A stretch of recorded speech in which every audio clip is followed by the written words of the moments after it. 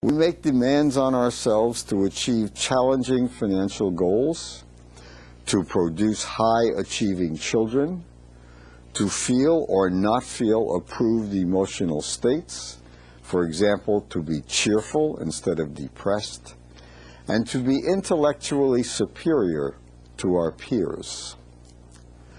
Often, we cannot achieve such goals, and the failure is itself stressful. Let's consider how stress affects our bodies through the nervous system. There are two gateways. The first is the autonomic nervous system that controls our internal organs. It is divided into two parts: the sympathetic portion that is mostly active when we are aroused, and the parasympathetic portion that is more active during relaxation. The second gateway is through the central nervous system, which consists primarily of the brain and spinal cord. Central nervous system effects are more indirect than autonomic effects. The brain mediates our intellectual functioning, so that when we form beliefs, or make judgments, or estimate the likelihood of success, the brain transmits stimulation down the spinal cord to the autonomic nervous system and the organs of the body. This intellectual activity is central to the development of stress. For example, if we believe that we cannot successfully perform some task we are required to perform, that belief induces a state of stress. The many nerves that connect the autonomic and central nervous systems provide communication between them. The nerves affect each other, the organs of the body, and our stress levels in profound ways. Dr. Gevirtz will now demonstrate how to profile a specific person's stress and its effects through the measurement of heart rate variability. As you have just heard from Dr. Jacobs, there are many physiological indicators of stress. In this demonstration, we'll show you how modern physiological equipment can help us understand stress. This diagram of the autonomic nervous system shows the two branches that Dr. Jacobs mentioned a moment ago. On the left-hand side, we can see the sympathetic nervous system, which is responsible for fight or flight response. As you can see, there is an elaborate series of nerves leaving the spinal cord with a way station at the sympathetic ganglion, which is used to process the information to orchestrate a response to fight or flight. When we get stressed, the sympathetic nervous system accelerates the heart, relaxes the airways so that more air can get in, inhibits salivation, resulting in dry mouth, constricts blood vessels throughout the body so that blood can be used for the major muscles, immediately inhibits digestion and activates the pancreas, stimulating glucose release, and the adrenal glands sending hormones which activate the rest of the body even further. The parasympathetic system, on the other hand, is a much simpler system. The primary part of the parasympathetic system that we are concerned about is the 10th cranial nerve, which is called the vagus nerve.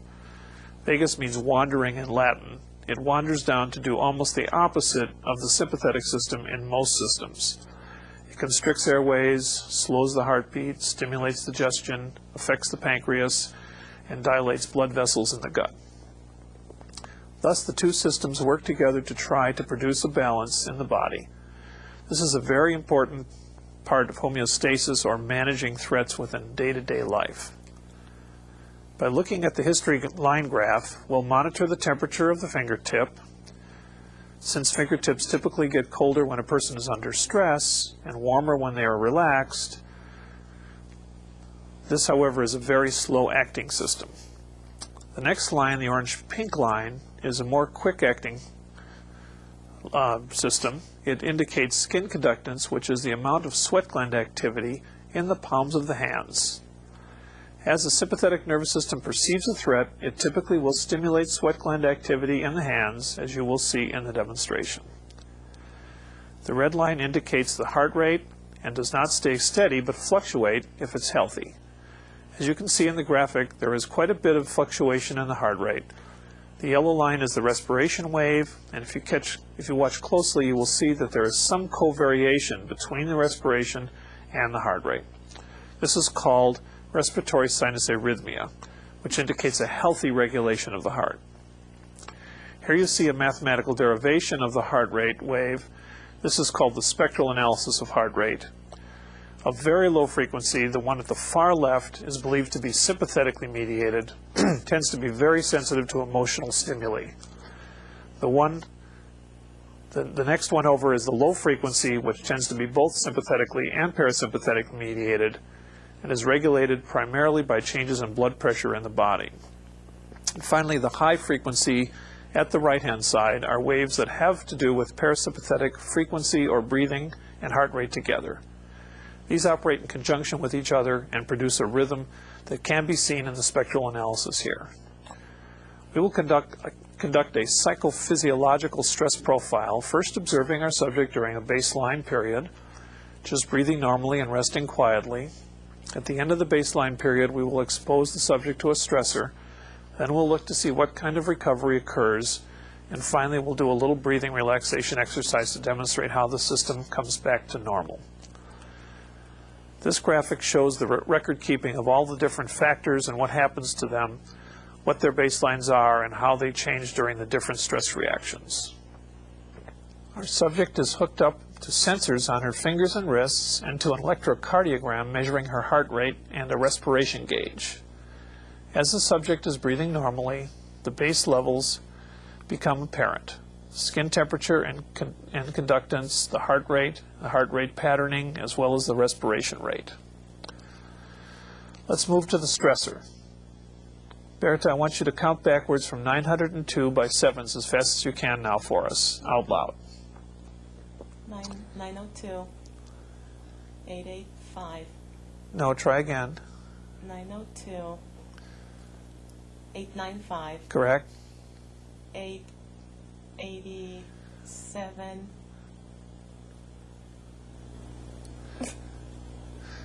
880. 873. 860. Okay, that was great. Thank you. You can watch the signs of stress, the skin conductance, and the very left-hand wave of the heart rate variability. As the subject struggles to do the exercise, you can see that there is some indication of sympathetic arousal. There is also some indication of parasympathetic withdrawal. Now the subject will sit quietly and recover. You should see the skin conductance return to normal, and the mountain ranges in the bottom should start to normalize a bit as well. At this point, we'll move to the relaxation phase and have Berta just do some slow, gentle breathing and try to focus on the breath itself.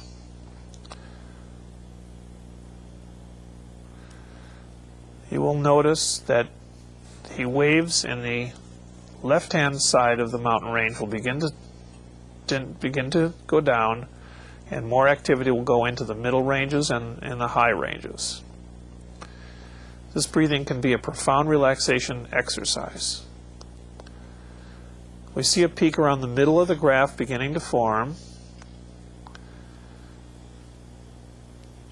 indicating that the subject has found a resonant frequency for her breathing.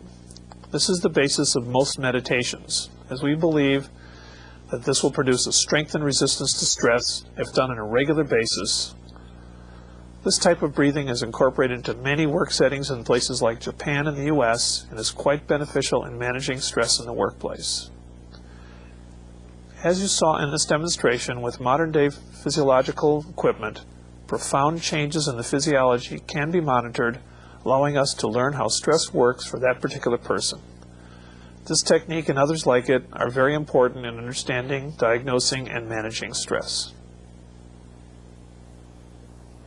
To understand how stress affects health, it is important to examine the ways in which the organs of the body are affected by stressful stimulation. A word of caution is in order here. No two people are affected by stressors in exactly the same way. Stressors that for some of us are powerful inducers of stress effects do not show any effect at all on others. Some of the reasons for this are cultural, while others are more personal and idiosyncratic. A good example of a stressor affected by culture is population density. Many people, especially among those raised in northern climates, need a great deal of personal space, or they begin to feel hemmed in and crowded. It is reported that some Norwegians who have a country place to get away from the crowded cities find they need still another place, even more isolated, to get away from their neighbors in the country. This can be contrasted with people from other cultures who feel stressed when there aren't people close by. They need much less personal space and feel stressed unless there are many people close by. In addition to these cultural differences, there are personal differences in stressors as well. Winston Churchill, the World War II leader of Great Britain, was not happy unless he was overloaded with work, preferably involving problems that seemed impossible to surmount. Similar observations were made of Mahatma Gandhi, the man who led India to independence from the British Empire. Not only are there these individual differences in which stressors are effective, there are also individual differences in which organ systems are affected.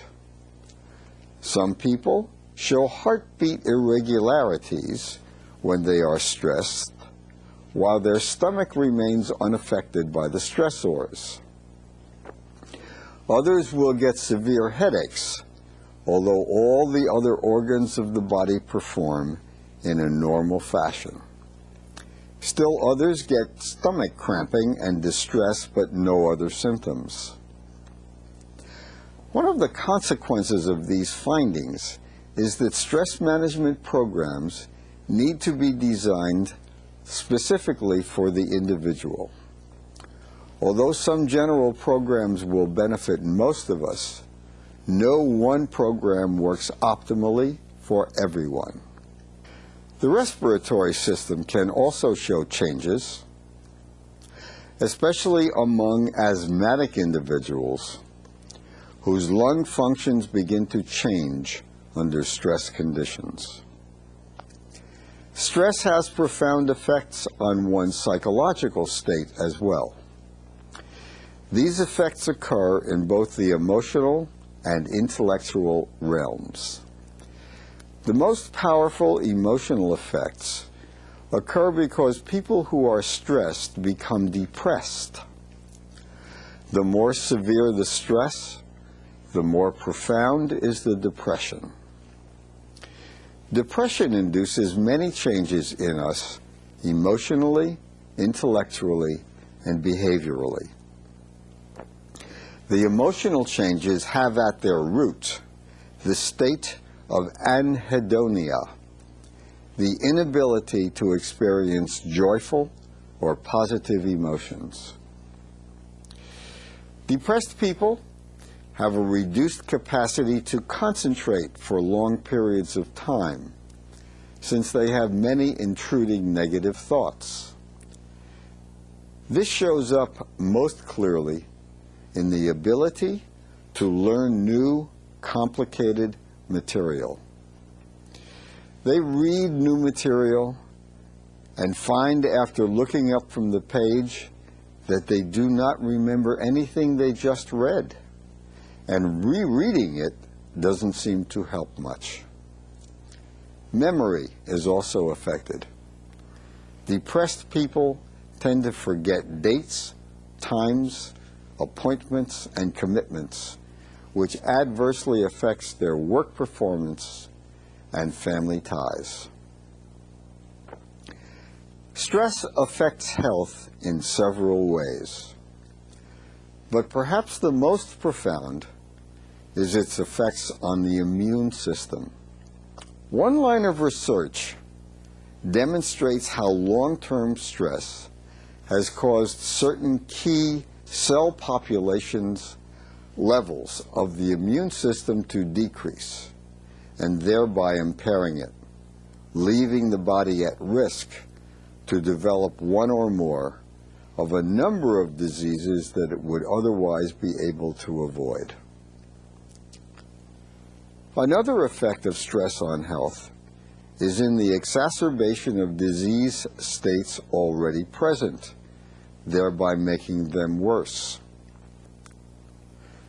The effects of stress on worker productivity is still incompletely researched and therefore not well understood. It is a potentially fertile field that needs more work before we will be in a position to make authoritative statements. However, based on what we know about how stress affects other aspects of behavior, some things are clear. Stressed workers are likely to have high levels of absenteeism and lateness. Their symptoms often make them feel ill enough to stay away from the workplace, and their disturbed sleep makes it difficult for them to keep to schedules. Intellectually, their performance is also reduced. We have already noted that stress tends to reduce the ability to sustain concentration, especially on new tasks. Thus, the learning of new material is impeded, and it is done in a less adequate fashion. At the same time, the ability to remember important dates and facts is reduced. All of this means that stressed employees make more mistakes than non-stressed ones and are less capable of rectifying their errors. In summary, stressed employees are less competent employees. There are a number of techniques that are helpful in managing stress. The most useful is probably controlled breathing, which Dr. Gevirtz demonstrated. This is adapted from a number of Asian meditation techniques. When stressed, the person sits quietly in a chair, taking in just enough air so their lungs feel comfortably filled, and then, with no pauses, letting the same amount of air out again. It is not recommended that one take very deep breaths. The upper part of the abdomen should rise during inhalation and fall during exhalation. This permits the maximally efficient flow of oxygen into the body.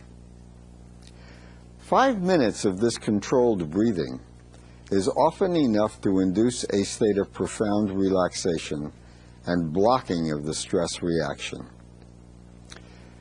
Another useful technique is exercise.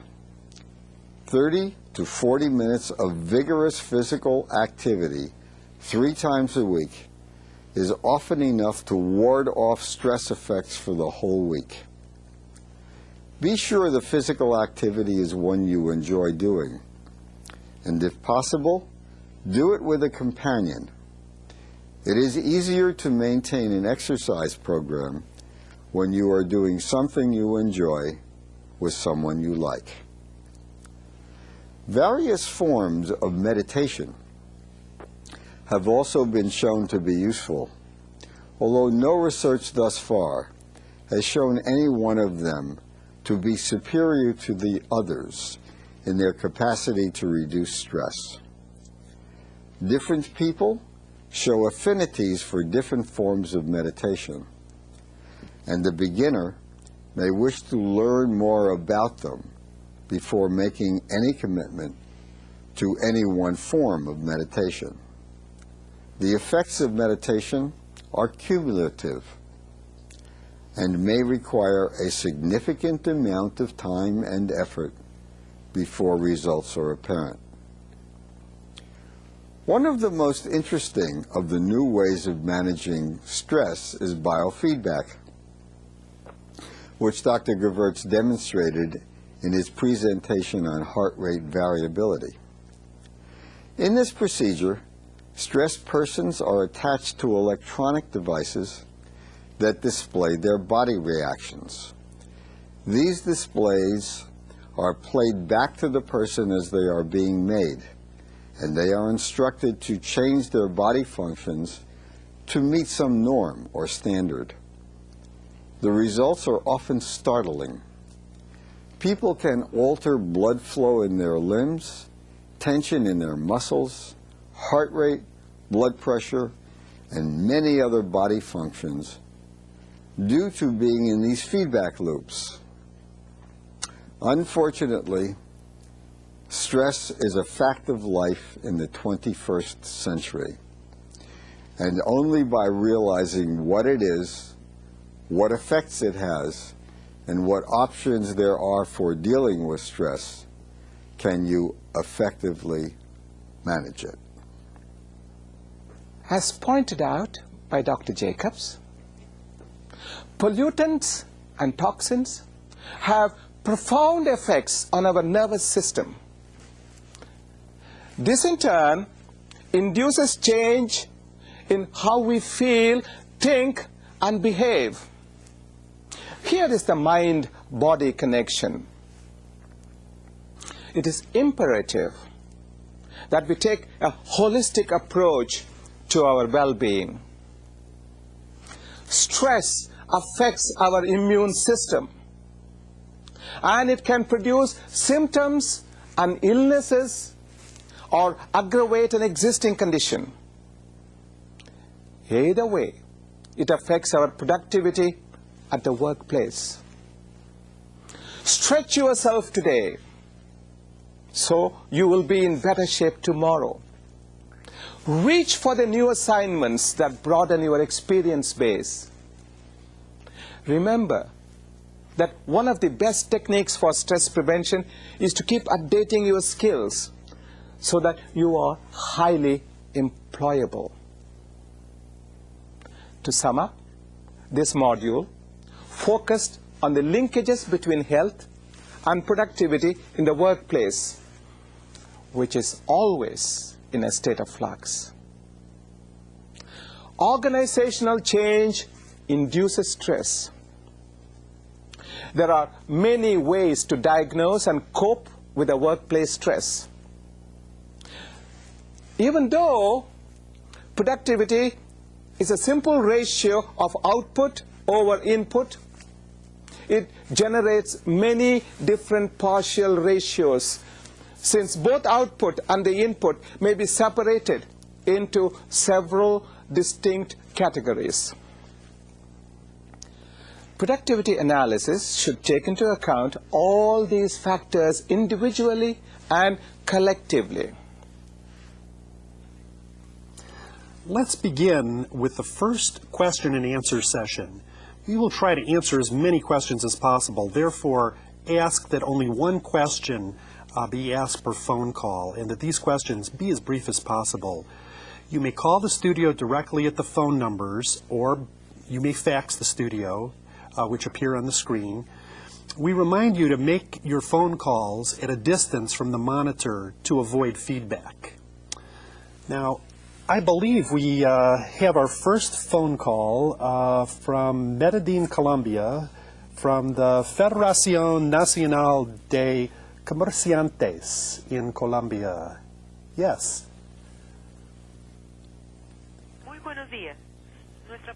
Our question is the following. Depression is a problem that is worldwide right now. Can it be related to stress? It also generates negative thoughts that can be contaminating and very bad for the organization. How can we prevent that from affecting the organization and the collective mental and good health of the members of the organization? Okay, the question on the link between depression and stress, and can that hurt productivity in the organization? You want to start? Okay. The answer to the question is yes, it can and does very frequently. The relationship seems to be one in which people who are stressed for sustained periods of time do begin to become depressed. And the relationship is almost linear. That is to say, the more stressed you are, the more depressed you get. And the effects are very profound on the work environment. And in the work environment, people just become less functional. And in one way or another, you must come to grips with the depression, but probably over the long run, you have to come to grips with the depression by treating the stress. Okay. Anything to add, Krishna? It certainly affects the productivity at the workplace. The more depressed you are, less productive you are. Mm-hmm.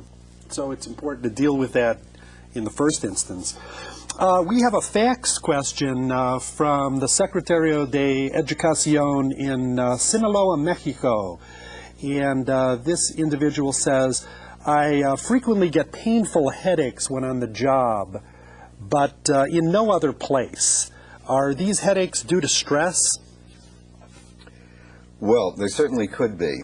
That's not a necessary case. It may be that there is something going on in the physical environment of the job which you're responding to adversely.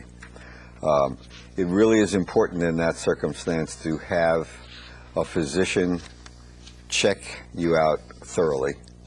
And if you know something about the environment that you're working in that's adverse, to get that changed. If none of those factors are involved, then stress becomes a much more likely candidate to producing the pain.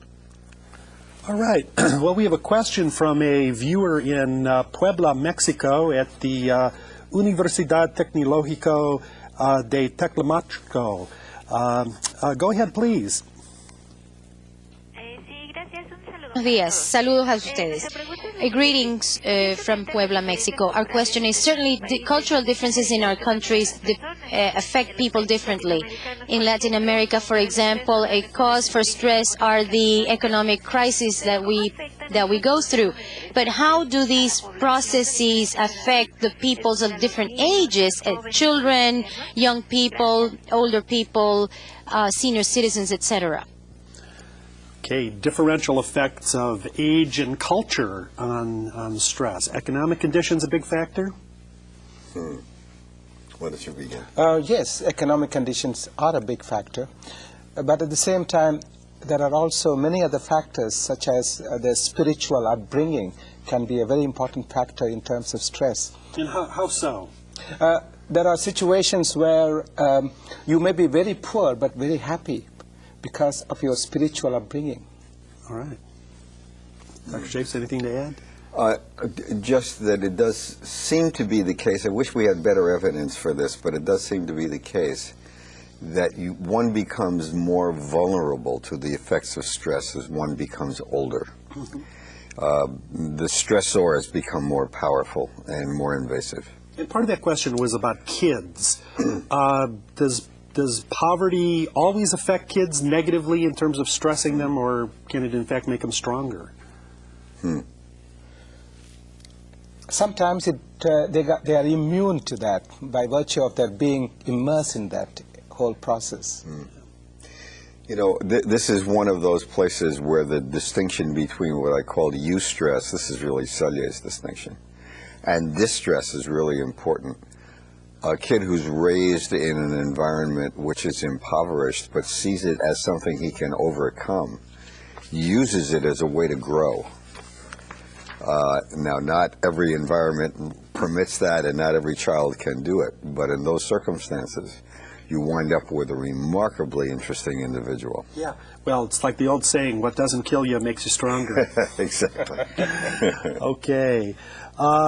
Here we have another question from a viewer in Mexico from the Universidad Tecnológica de Nezahualcóyotl.